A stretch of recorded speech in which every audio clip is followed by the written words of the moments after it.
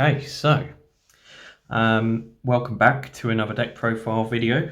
I'll be honest, I didn't want to release this one right now because it's getting some upgrades in about 2 weeks. But I figured I'll just show you what I've currently made. If you're expecting something competitive, I'm afraid to say that it's really not. But if you're looking for anything quite fun, and understandably you will find that with this deck, something to mess around with at locals, this is the deck for you. So none other than, we'll start with the eggs. We play 4 Bukamons from BT7. As you can probably guess now with the eggs that are displayed here, obviously this is a sea animals deck.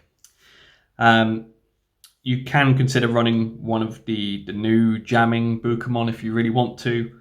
However, I think this is probably more ideal for what this build is going to do. But yeah, just the 4 BT7 Bukamons just to get started. And you'll find out a little bit why as we go further into this video. Moving on to the level 3s.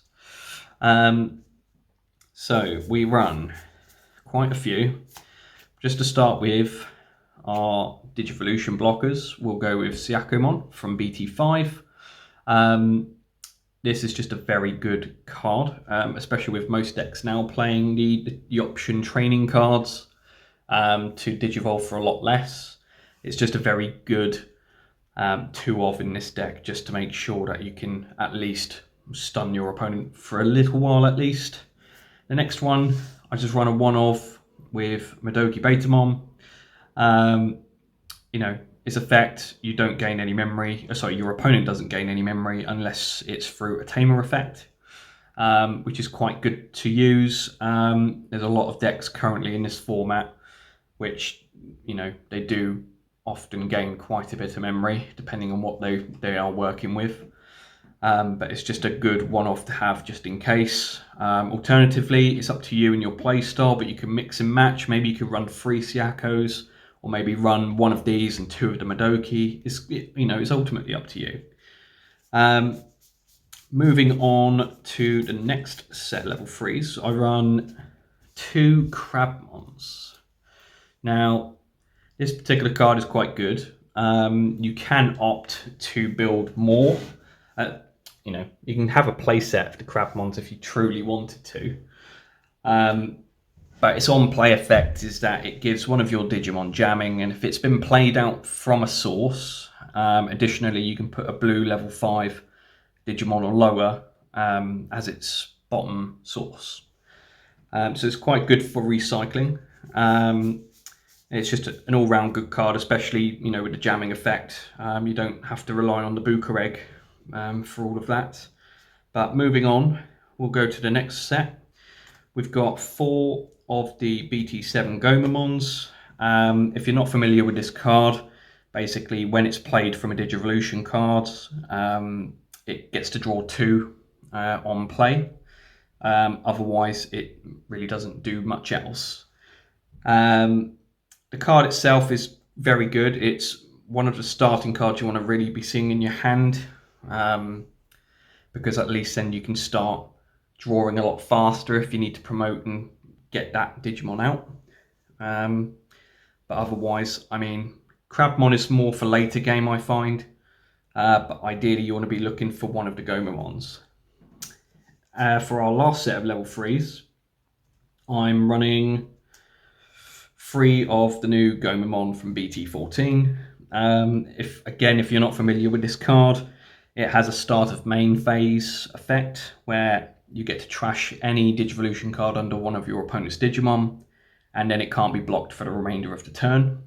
So that's quite handy, and its inherited effect as well essentially means that if it does die on your opponent's turn, you can just bring this straight back, play it again, and again, it's kind of good for the recycle element in this deck. But ideally, turn 1, you want to be seeing 1 of the 2 sets of Gomamon, or depending on what you're going up against, 1 of the blockers. And Crabmon is more for mid to late game. But yeah, I find this kind of ratio works quite well. But alternatively, I mean, you could remove the new Gomamon if you really wanted to, just to throw in some other bits like Penguinmon, or maybe throw in some more of the Crabmons. But yeah, I mean, they all pretty much do quite well in this deck lineup. But ideally, turn 1, you want to be seeing either this Gomamon or this Gomamon. Moving on to our level 4s. We've run quite a few as well. So let's bring out my army of fishes. We'll bring out first 3 of Tobiamon from BT4. Playing a level 4 for a free cost is just very handy in this deck. Now, if you're like me, you know, you're a big Aegisdramon fan. Obviously, there is the Aegisdramon that is exactly the same play cost. It's a level 4, but sadly, you know, whilst it has an extra 1000 DP, being 4 in total, it digivolves for a cost of 2. So I've swapped them out recently for this, just because it can digivolve for 1 cost, which is extremely handy if you want to memory choke, or ideally if you've got that 1 additional memory left, you could potentially digivolve just to get an extra draw. So it's just a very good card. I don't think you need to play a 4 of, but again, it really does depend on your playing style. But otherwise, yeah, I think a 3 of is nice. Next up, we got a Aegisdramon, just a 2 of in this one. Again, if you can, make it work, play a whole set. On play, one of your Digimon gains blocker until the end of your opponent's turn. And if it's been played by, from Digivolution cards, you get to unsuspend that particular Digimon. So it's just a very good card if you want to go a little bit aggressive. But otherwise, I mean, the blocker aspect is quite good. There isn't much blocking in this deck, if any, with the exception of him. Because again, you could swap these out. Maybe you could put the Colamons in, which are blockers, and again, digivolve only for a 1 cost. But it's ultimately up to you. Next up, we run our hybrids. We've got 2 of Lanamon. Now, 2 reasons why we play her. 1, she's a hybrid. So if you've got your Tamer out, naturally, you can use her to win game. Additionally, the other effect would be is that, you know, when digivolving, you can place a blue level 3 Digimon underneath as a bottom source. And then when you do, she gains jamming for the turn. So again, we go down the whole jamming element of this deck. But she's just a very good 2 of. And you can run, you know, the Kalmaramons as well, which obviously digivolve on top of her. I don't run any of those in this deck. I'm not a huge fan of the combination between the 2. And I often find that you're still using a little bit too much memory for what I think people expect it to do. So for now, I keep it at this kind of ratio. But the new cards I've thrown in this deck are amazing. 4 of the new Aegisdramon, the promo one that's just recently been revealed from EX5. On play, one of your blue Digimon can't be deleted in battle until the end of your opponent's turn. Is the on-play effect and when digivolving effect. And additionally, the reason why I like this card is because of its inherited, which is if I play a Digimon from one of my sources, I can give one of my Digimon rush for the turn. So it's just a very good card. Doesn't add much strength to the deck, I won't lie, but it definitely adds what it was missing, which was to give your Digimon rush.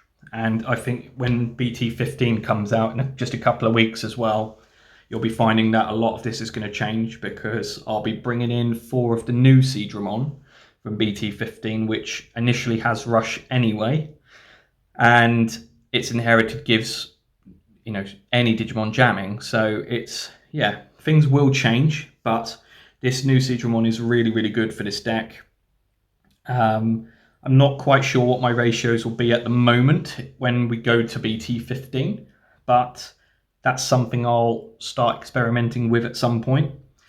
But this is the ratios I run off currently in this deck. So just 11 of the level 4s.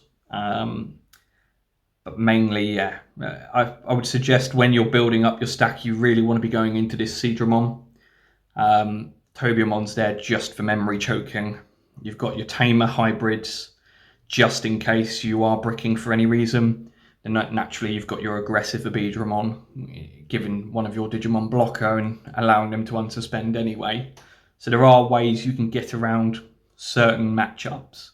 But yeah, this card, I really do like this card. But I am very excited for what comes out in the next set. Moving on to our level 5s, probably what most of you might expect. So we run 8 in total. And just to start with, we'll go with the EX3 Mega Aegisdramon. Oh, if I don't fling them everywhere. There we go. It's just a very good card to have in this deck. You could possibly take them out for the Waru Aegisdramon that was released in BT11. But I just find having 3 of these is fine. You know, when attacking, you get to play a level 3 blue Digimon from any source, as long as you've got Digimons in play. And then it has the same effect for when inherited as well. So it works very well for the next level 6 and 7 Digimon you'll see shortly. But it's just a very good free off to have in this deck. The next 2, we've got the Waru Aegisdramon from BT11. Again, these cards are quite good. Sadly, I'm not a huge fan of the fact that they cost 4 to Digivolve. I mean, realistically, if it should have been a free cost, but that's just my opinion. But you, on play or when Digivolve, you get to play out a level 3 blue or purple Digimon from one of your sources. Its inherited is quite handy as well because it works extremely well with the Bukamon. Let's just say, for example, you Digivolve into your level 6, you play out a source, and you've got these 2 in its stack. You're gaining 2 memory. So you know, at times you're Digivolving for 1, or sometimes for 0 into your heavy hitters. And then lastly, for level 5, we've got the Aegisdramon from BT14, the Aegisdramon Ace. This is just a bonkers ace card. In some of my earlier videos, you will already know that I prefer the Diaboromon ace card in general. I think it's the best one that's been released so far. This was a very, very close second for me. But it's still just a very good card in general. You know, either on play or when Digivolving, you're trashing any 2 sources from one of your opponent's Digimon. Sorry, not one of their Digimon. You just trash any 2 sources that from any stack that they have in play, and then you can bounce something that doesn't have any sources under it back to their hand. So it's just a very good defensive card. And the blast element goes very well, especially when your opponent's attacking, because you can then just Digivolve for nothing and then potentially set up ready for the next turn for your level 6s and 7s. So just running a free off of him is quite good, but ideally you want to be Digivolving into one of the versions of the Aegisdramon you see here. Aegisdramon's just more for defensive play, if anything. Moving on to our level 6s. Now, I love this deck purely because of these level 6s. So, just to start with, we'll go with a full playset of Plesiomonts from EX3. These cards are just amazing. I love them. You know, you Digivolve, you get to play out either a level 4, as long as it has a certain trait available, or a level 3, any blue level 3 card from any of your sources. And then if you do the second half of its effect, you get to place any blue Digimon in your hand as its bottom source. And this is where the second part comes in. So 2 of the Metal Aegisdramons from BT 2. So it's a very old card considering we're currently up to almost 15 sets and 5 support sets. I'll touch base on this in a second, but just to finish off with Digi-Tamers, it's inherited as well. Works very nicely for the level 7s, I will show you shortly. But you, essentially whatever you play out from one of your sources, you can then bounce the same level Digimon on your opponent's side of the field. It's an all turns effect, so it can be both aggressive and defensive. And it is just, and I just love this card. I'm excited to see how things will change in BT15 with the new Digi-Tamers X antibody. I feel like these two might come out for the X antibody cards, but we're here at the moment. So I'm going to continue having fun by playing the Metal Aegisdramon, which is just funny as hell because when it works, it's incredibly satisfying. And its on play is you get to return 2 of your opponent's Digimon, up to 2 of your opponent's Digimon that are level 4 or lower back to their hands. And then it's got a your turn effect as well, where it can't be blocked by any of the opponent's Digimon with no sources as well, which is quite ideal considering most formats at the moment will play multiple Digimon and a lot of them won't ever normally have sources. And there's always maybe 1 or 2 big stacks that you have to contend with. But when the combo works, it's amazing. So you'll Digivolve into your Digi-Tamers, and then what will happen is you'll play out a source. If you've got this in your hand, you're going to tuck that under as its bottom source. And then you'll go into your level 7s, which let's introduce. Level 7s, I'll keep this here. Level 7s, we only play 3 of these, Aegisdramon. This card is amazing for this deck, and it's honestly one of my favourite level 7s to play. I have so much fun playing this deck in comparison to others. Don't get me wrong, Imperial Dramon is, my baby. It's my main deck, I love playing it, and I always will. But having fun is what I prioritise over competitiveness, and this deck really did wonders for me when the EX3 came out, and I showed a lot more love for the game at that point. But the reason why this is so good, now, I'll just put these 2 over here for a sec. So let's say you've got your stack built already. Just imagine there's a few other cards underneath here. What you're going to do is you're going to Digivolve into your Aegisdramon, and then what you'll do is you'll bring out Metal Aegisdramon. So it's when Digivolving effects that you can play a level 3 Digimon with certain traits, or otherwise you can play any Aegisdramon. Now it has to have Aegisdramon in its name, but that also includes our level 6 here. Now you'll Digivolve, play the Metal Aegisdramon, utilise its on play effects. Then what you're going to do is you can bounce a level 6 from your opponent's side of the board, which in this format you're almost guaranteed to expect. But at the same time, if you didn't want to, what you could do is you could wait past turn, leave it for your opponent to play, and then you'll activate its opponent's turn effect instead, which is whenever your opponent plays a Digimon, you get to activate its when Digivolving effect. And instead of playing out the Metal Aegisdramon, you imagine you've got a full stack of cards underneath, but you can play out any level by that point because a majority of what you see in this deck fits under it and fits the criteria to be played.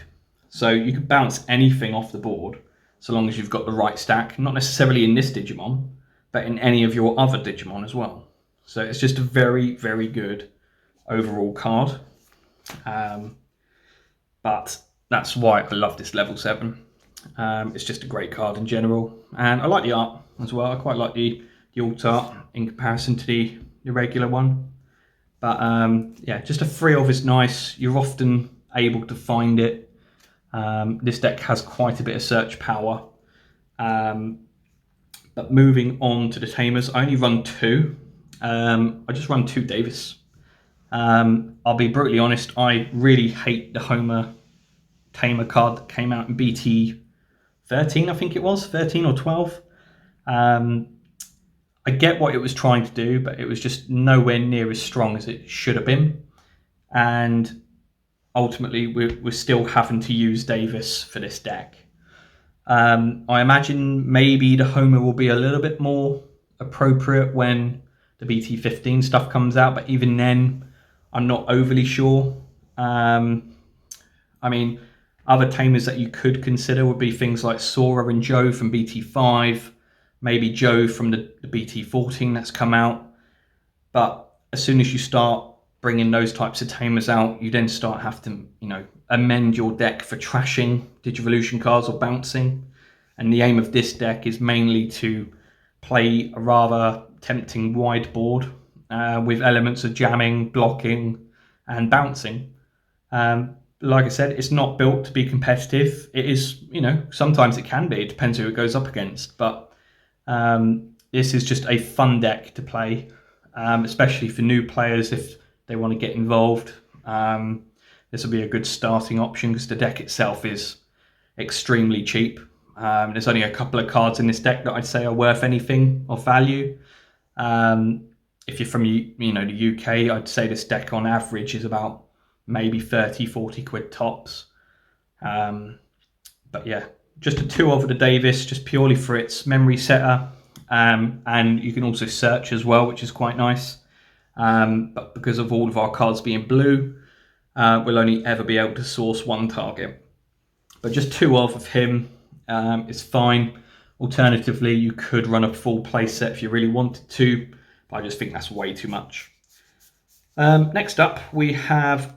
it's last up. We have our option cards. Now we run 8 in total, so we are a bit option heavy in this deck. However, this is why. We run 2 of the blue men boost. Now, I think we all know what this card does, but if you're not familiar, you play it, search the top 4 of your deck, and then you pick out 1 blue Digimon. So you're quite limited in what you can select. But then that's why we run 2 of the mental training as well. Again, if you're not familiar with mental training, it basically does the same thing. You just play it. You reveal the top 2, however.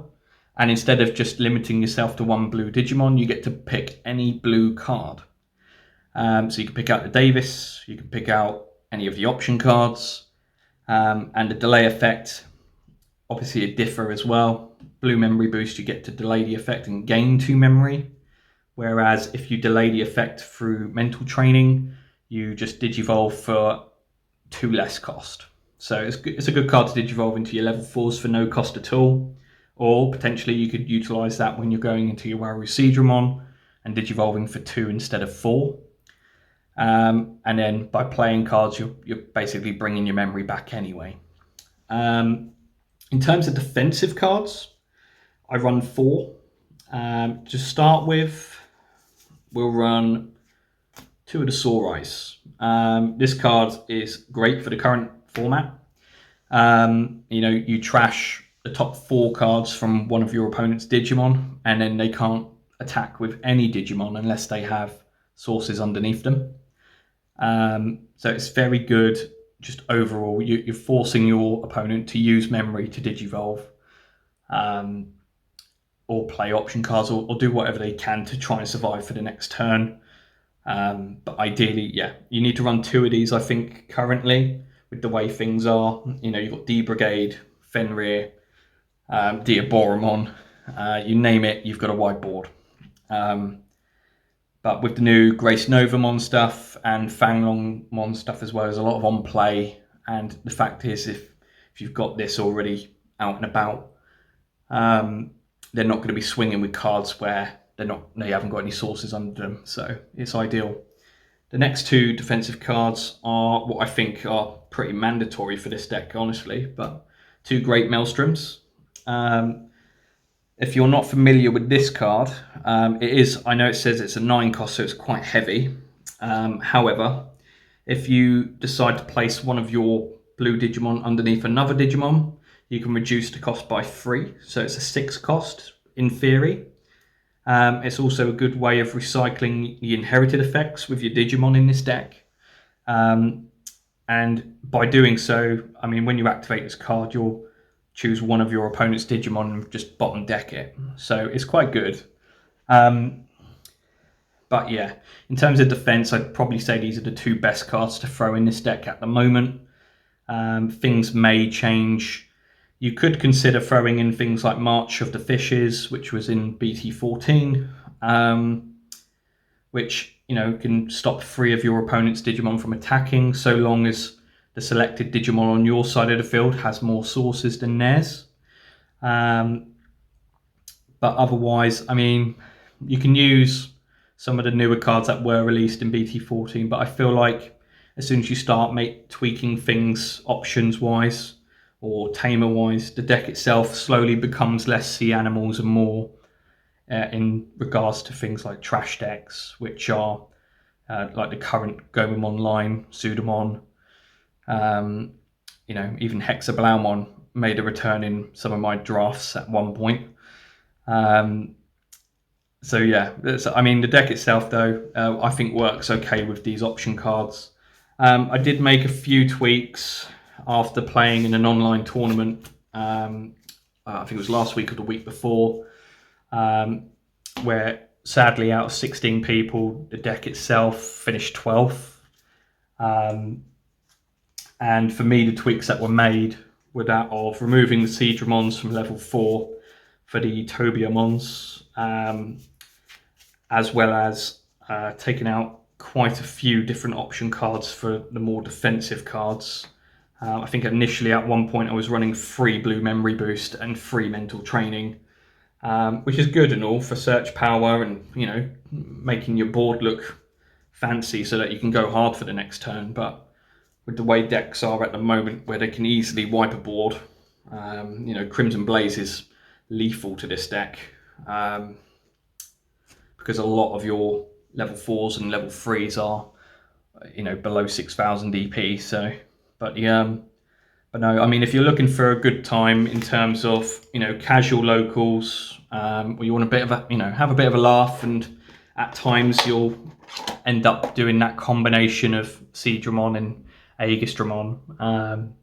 It goes absolutely potty at times, and it can be extremely humorous when it all comes together and you know, bottom deck a very powerful Digimon like Wargreymon or the new Melga stuff. But yeah, I mean, if you're not, you know, if you're looking for something competitive, this is not the right deck for that. If you're looking for competitive stuff, you know, you go with the current meta, which will be Anubis or Melga. But it's just a very good deck overall. If you want to have a good time, this would be for you. But I will create a video when BT15 comes out just to show you what tweaks are made. I would imagine there's going to be quite a few changes, but I'm very, very excited to see what kind of changes I'll make. And I'm pretty sure the deck itself will be a little bit stronger. I'm not expecting it to be extremely strong at all, but I would suspect it will be a lot more consistent and a lot less bricky, but we'll see in a few weeks' time. But thank you very much for watching the video. I hope this piques your interest in building this deck, because it is good fun. And I mean, stay tuned, because obviously there'll be changes made in due course. But don't forget to hit that little like button. And if you can, support the channel by subscribing, that'd be great. Any feedback that you might have for this deck, comment below. And yeah, I mean, thanks again for watching. Take care.